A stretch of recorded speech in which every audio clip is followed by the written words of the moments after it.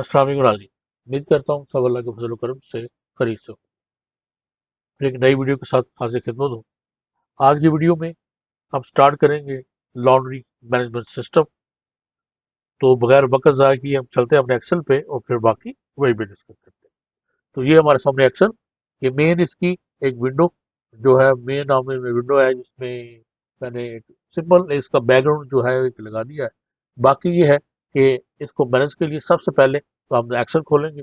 Excel से हम अपनी फाइल को सेव एज करना है, और सेव एज के लिए आप इसको नेम आप कोई भी रखें। मैंने इसका नाम रखा laundry underscore management underscore system, और इसको माइक्रो एनेबल आपने सेव करना है ताकि हम जो माइक्रो लिखें वो इस पर वर्किंग कर सकें। सबसे पहला काम हमारा हो गया, इसको हम सेव करेंगे। डेस्टिनेशन आप यहाँ से कहीं भी आप इसको ले सकते हैं। आपने सी में करना है, डी में करना है।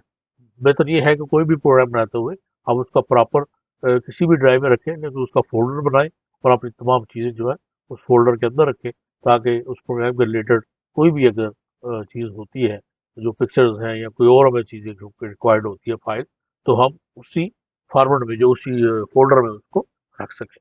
तो आप इसको सेव कर दीजिए लॉन्ड्री सिस्टम। और ये इसकी पहली एक शीट है। इसमें सिर्फ एक और कुछ भी नहीं है, लॉगिन एक बटन है और हमारे ऊपर वेलकम है। तो सबसे पहले हम देख लेते हैं कि इसमें हमें शीट कितनी रिक्वायर्ड है।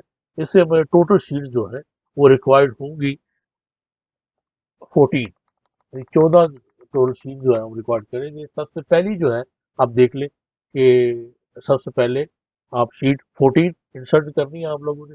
और इंसर्ट किस तरह करनी है वो आप देख लें कि यहाँ पर पहली शीट ऑलरेडी जब हम एक फाइल नहीं ओपन करते हैं एक्सेल की, तो उसमें 2 या 3 या मिनिमम एक शीट जो है वो तो ऑलरेडी होती है। तो आप उसको राइट क्लिक करेंगे, इंसर्ट में जाएंगे और उसके साथ आप वर्कशीट कर लें। अदरवाइज इसके साथ ही लास्ट पे प्लस का साइन होता है, उसको हम क्लिक करें तो भी आपकी उसमें शीट जो है इंसर्ट होती जाती है।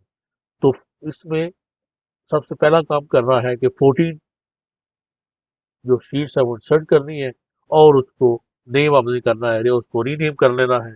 सबसे पहले राइट क्लिक करेंगे, रीनेम पे आएंगे तो सबसे पहली तो हो जाएगी हमारी डैशबोर्ड।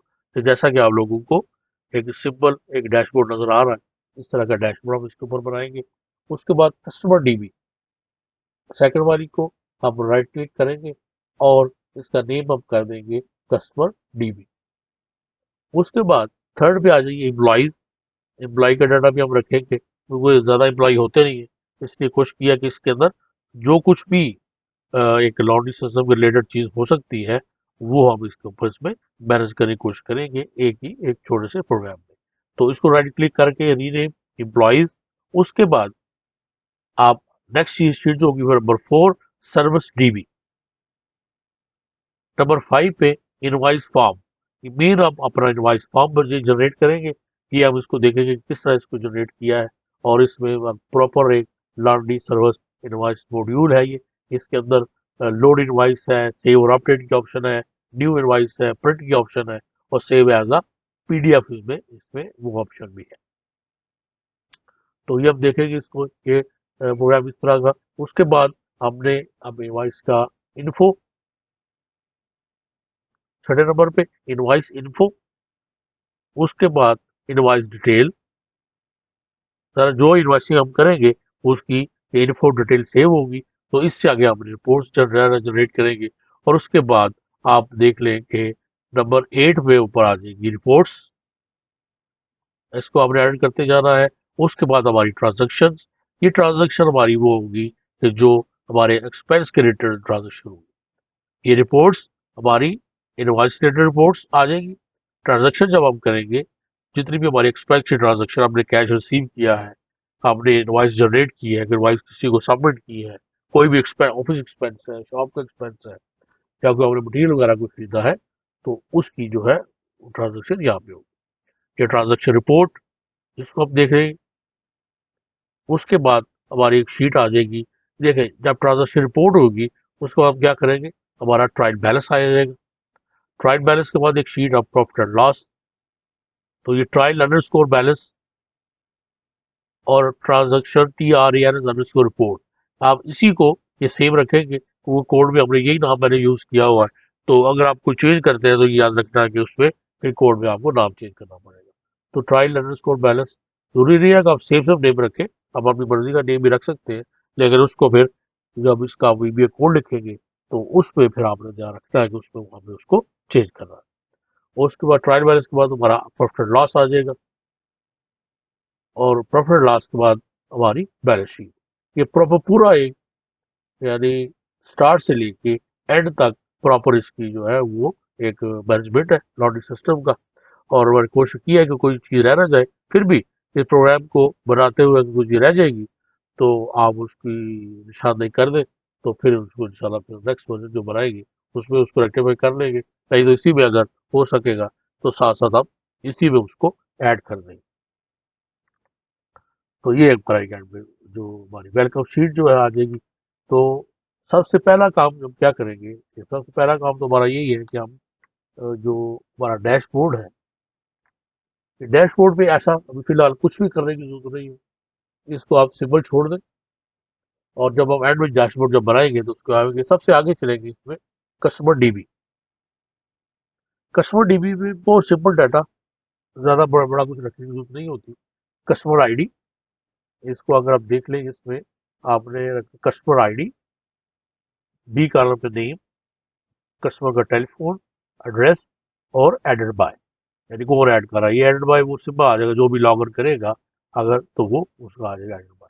सिंपल हमें यही फोर ही चाहिए होता है मोस्टली, या एड्रेस चाहिए होता है। अगर आप डिलीवरी कर रहे हैं तो एड्रेस पे होगा, अगर कोई शॉपर डिलीवरी करता है डिलीवरी बॉय, अगर वो वैसे कॉन्टैक्ट कर रहा है तो नेम और टेलीफोन। इसलिए बहुत ही सिंपल जो है इसका एक डाटा है। तो कस्टमर डीबी इसका डाटाबेस आपने इसको इस तरह बना लेना है।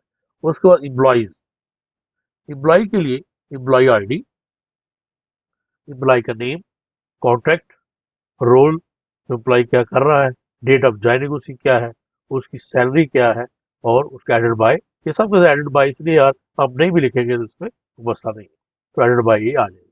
तो क्योंकि एडेड बाय जो है, जो जैसे लॉग इन होगा तो ऑटोमेटिकली उसका जो भी लॉग इन करेगा उसका यहाँ पे आ जाएगा।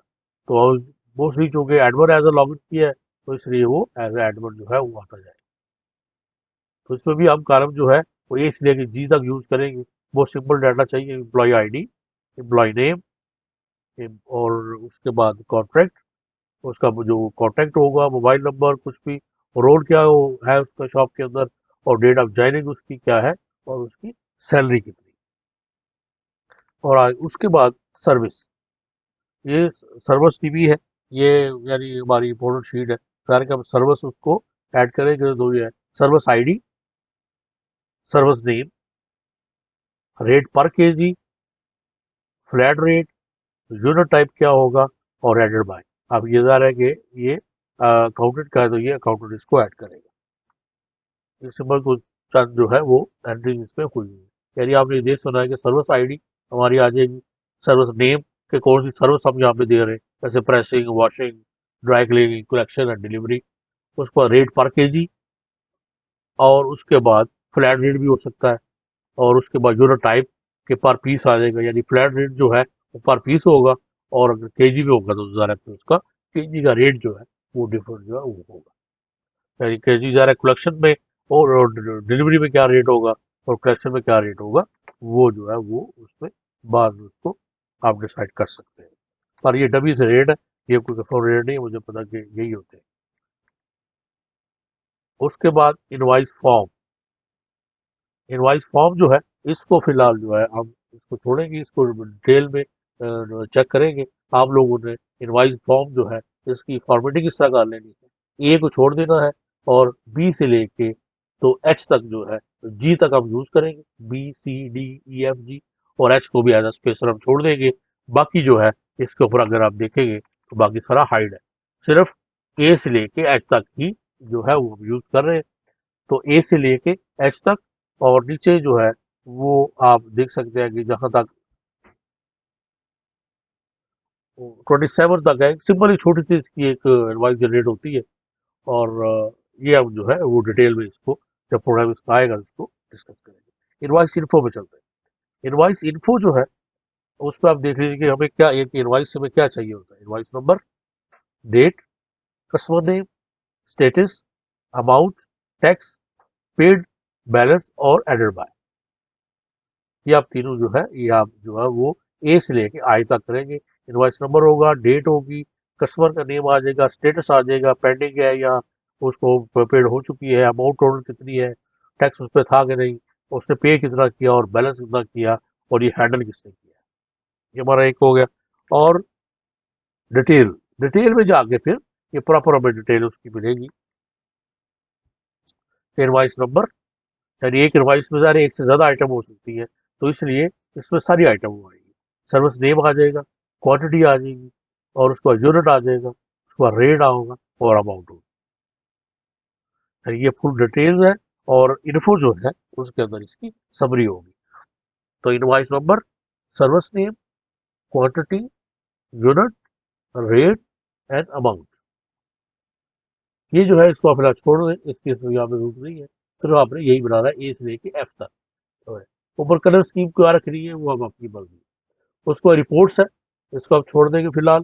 ट्रांजैक्शन पे आ जाइए। ट्रांजैक्शन पे आप डाटा आपने इस तरह सेट करना है कि ये पूरा जो हमारा जर्नल जर्नल बन जाएगा, डेट, टाइप, कैटेगरी, अमाउंट और उसके बाद टैक्स, डिस्क्रिप्शन आ जाएगी और कस्टमर ये आ जाएगा, इनवॉइस नंबर और एडेड बाय। ये कस्टमर और इनवॉइस नंबर जो है, अगर जैसे ये कस्टमर इनवॉइस नंबर 1 के केस को पेमेंट करता है या 2 के केस को पेमेंट करता है तो वो अब जो है उसको जनरेट करेंगे। क्योंकि एक दफ़ा जब इनवॉइस आप जनरेट करेंगे, इनवॉइस पेमेंट आएगी तो इनकम हमारे पास वो जनरेट होगी और उसके बाद जो है वो उसको आप यहाँ पे उसको भी ऐड करेंगे अपने फर्दर जो रिपोर्टिंग के लिए। तो एक्सपेंस का सिंपल अकाउंटिंग बना देंगे, date, type, category, amount, tax और description, customer, invoice and added bye.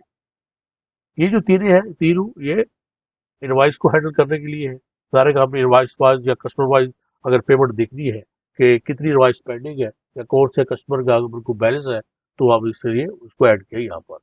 और बाकी ये सिंपल हमारे एक्सपेंस हैंडल के लिए है। कोई लंबा चौड़ा अकाउंट्स का नहीं है, इसमें सिंपल छोटे मोटे जो एक्सपेंस होते हैं वो हैंडलिंग के लिए वो है।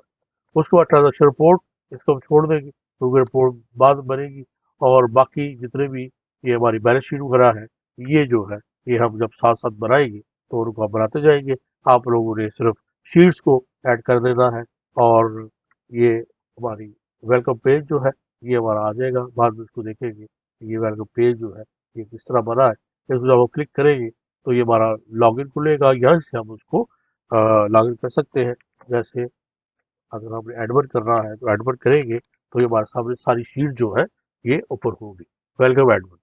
तो ये हमारी सारी शीट हमारे साथ ऊपर हो जाएगी। अदरवाइज जो है अगर कोई अदरवाइज एडवांस फॉर्म जो है ये डैश सिर्फ हो सकता है और उसके बाद जो है बाकी ट्रांजैक्शन के लिए जो है वो उसके लिए अकाउंटेंट के लिए हो सकता है और रिपोर्ट्स के लिए डिफरेंट आप इसके ऊपर लॉजिक लगा सकते हैं कि कौन सा बंदा लॉगिन हो तो कौन कौन सी शीट जो है वो डिस्प्ले होनी चाहिए। तो यहाँ पे आप देख सकते हैं, यहाँ पे लॉग आउट और हाइड ऑल शो, ये हाइड ऑल है तो ये सब कुछ हाइड हो जाएगा, सिर्फ हमारे सामने ये वेलकम की विंडो एक बन जाएगी। इसको हम लॉगिन करेंगे एज एडमिन, लॉगिन, ओके। तो लॉगिन किया तो हमारे सामने सब कुछ जो है ये शो हो जाएगा, इसका पूरी शीट्स डिस्प्ले हो जाएगी, पूरा हमारे सामने डैशबोर्ड डिस्प्ले होगा। इन केस अगर हम कोई और डिस्प्ले करते हैं तो लॉगिन करते हैं तो फिर हमारे सामने सिर्फ जो रिक्वायर्ड शीट्स है वो ही हमारे सामने होगी और यहाँ पे वेलकम एक नोट आ जाएगा कि वेलकम एडमिन, जो भी लॉगिन करेगा उसके नेम के साथ।